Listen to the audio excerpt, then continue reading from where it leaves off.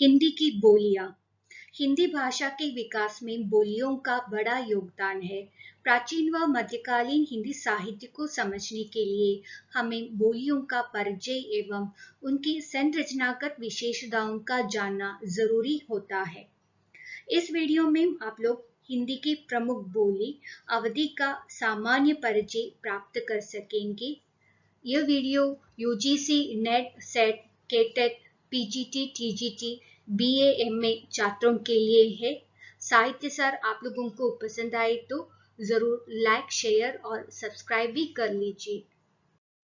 अवधि का उदय और विकास।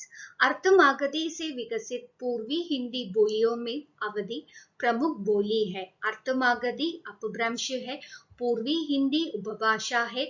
पूर्वी हिंदी उपभाषा के अंतर्गत 3 बोलियां आती है। एक है अवधी, दूसरा है बघेली, तीसरा है Chhattisgarhi. Exam point of view में ये इम्पोर्टेंट है। पूर्वी हिंदी उपभाषा के अंतर्गत 3 बोलियां आती है। एक अवधी है, दूसरा बघेली, तीसरा छत्तीसगढ़ी। अवधि का संबंध अयोध्या से है। अवधि भाषी प्रदेश का नाम अवध है। अवध के आधार पर ही इस भाषा को अवधि नाम दिया गया है। तो किसके आधार पर? अवध के आधार पर ही इस भाषा को अवधि नाम दिया गया है। अवधि नाम का भाषा के अर्थ में प्राचीनतम प्रयोग अमीर गुसरो ने न्यूज़पेपर में किया है। ये इम्पोर्टेंट है। आप लोगों को इम्पोर्टेंट दिखाने के लिए मैंने एक स्टार भी यहाँ लगा दिया है। एग्जाम पॉइंट ऑफ व्यू में ये सबसे इम्पोर्टेंट है। अवधि नाम का भाषा के अर्थ में प्राचीनतम प्रयोग अमीर गुसरो ने न्यूज़पेपर में किया है। इसके बोलने वालों की संख्या 2 करोड़ से अधिक है। अवधि के 3 रूप प्रचलित है। तो कितने रूप है अवधि के? अवधि के 3 रूप है। एक है पश्चिमी, दूसरा है केंद्रीय, तीसरा है पूर्वी। पश्चिमी अवधि का क्षेत्र घेरी, सीतापुर, लखनऊ, उन्नाव और फतेहपुर है। केंद्रीय अवधि का बाराबंकी, बहराइच और रायबरेली है। पूर्वी का गोंडा, फैजाबाद, सुल्तानपुर, प्रतापगढ़, इलाहाबाद तथा जौनपुर एवं मिर्जापुर के पश्चिमी भाग है। एग्जाम पॉइंट ऑफ व्यू में इंपॉर्टेंट है। पश्चिमी अवधि का क्षेत्र घेरी, सीतापुर, लखनऊ, उन्नाव और फतेहपुर है। केंद्रीय अवधि का बाराबंकी, बहराइच और रायबरेली। पूर्वी का गोंडा, फैजाबाद, सुल्तानपुर, प्रतापगढ़, इलाहाबाद तथा जौनपुर एवं मिर्जापुर के पश्चिमी भाग। अवधि की विशेषताएं। खड़ी बोली की तुलना में अवधि के स्वरों की मात्रा कुछ कम होती है। न के स्थान पर न, ऋ के स्थान पर री, स, श, श तीनों के लिए अवधि में स मिलता है। अवधि में ने प्रत्यय का प्रयोग नहीं होता। इंपॉर्टेंट है। अवधि में ने प्रत्यय का प्रयोग नहीं होता। जैसे उदाहरण, वो कैसे माने, उसने कहा। अवधि का अन्य नाम है कोसली, बेसवाड़ी। इंपॉर्टेंट है। वस्तुनिष्ठ प्रश्न में इंपॉर्टेंट है। अवधि का अन्य नाम है कोसली बेसवाड़ी। अवधि कोसली बेसवाड़ी नाम से भी प्रसिद्ध है। ये सभी अवधि की विशेषताएं हैं। भाषागत उदाहरण अवधि और हिंदी में कैसा है, इन उदाहरणों से आप लोगों को पता चल जाएगा। सबसे पहले ऊ ओ का कहिस अवधि है, उसका हिंदी क्या है? उसने उसको कहा। दूसरा है बड़े बड़े विरवा गिर गए, बड़े बड़े पेड़ गिर गए। तीसरा है ऊ लड़का ई से करिया है, माने वह लड़का इससे काला है। तो इन तीनों उदाहरणों से अवधि और हिंदी के फर्क आप लोगों को समझ में आएगी। अवधि साहित्य का विकास। काव्य भाषा के रूप में अवधि के 2 रूप प्रचलित है। एक है ठेठ अवधि, दूसरा है साहित्यिक अवधि। इंपॉर्टेंट है। भक्तिकाली सूफी काव्य में ठेठ अवधि का प्रयोग मिलते हैं। तो सूफी काव्य में कौन सी अवधि है?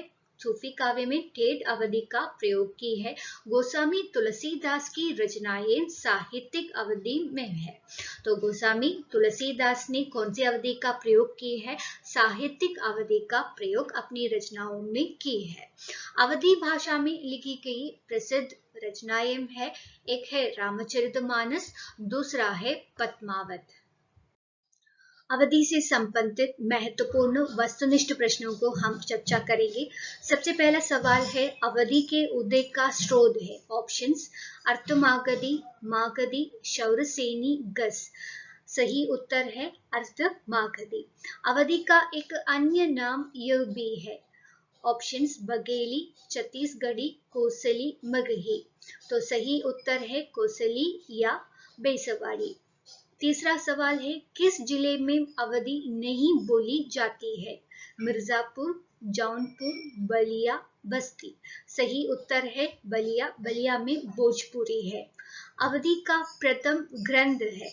ऑप्शंस: पद्मावत, सत्यवती कथा, प्रेम चिनकारी, चंताहन। सही उत्तर है मुल्ला दाऊद द्वारा लिखा गया चंताहन। चंताहन का दूसरा नाम है लोर कहा। पांचवा है, अवधि काव्य कृष्णायन किसकी रचना है? सूरदास, तुलसीदास, द्वारिका प्रसाद मिश्र, लालदास। सही उत्तर है द्वारिका प्रसाद मिश्र। अगला सवाल है, अवधि बोली को गांव की भाषा किसने कहा? मुल्ला दाऊद, तुलसीदास, हृदय राम, जायसी। सही उत्तर है तुलसीदास।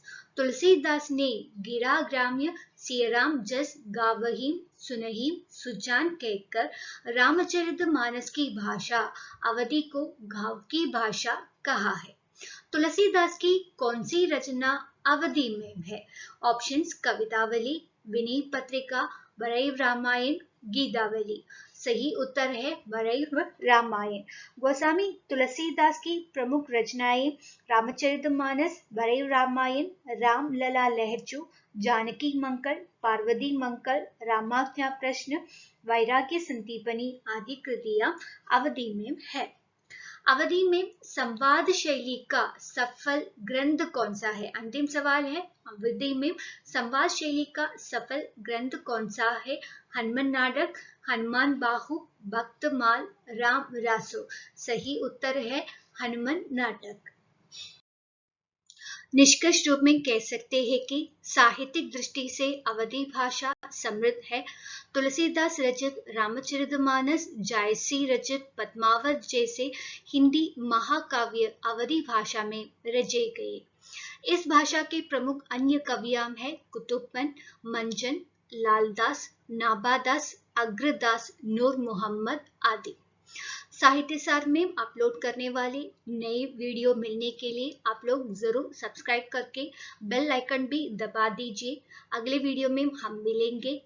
अब तक धन्यवाद। जय हिंद।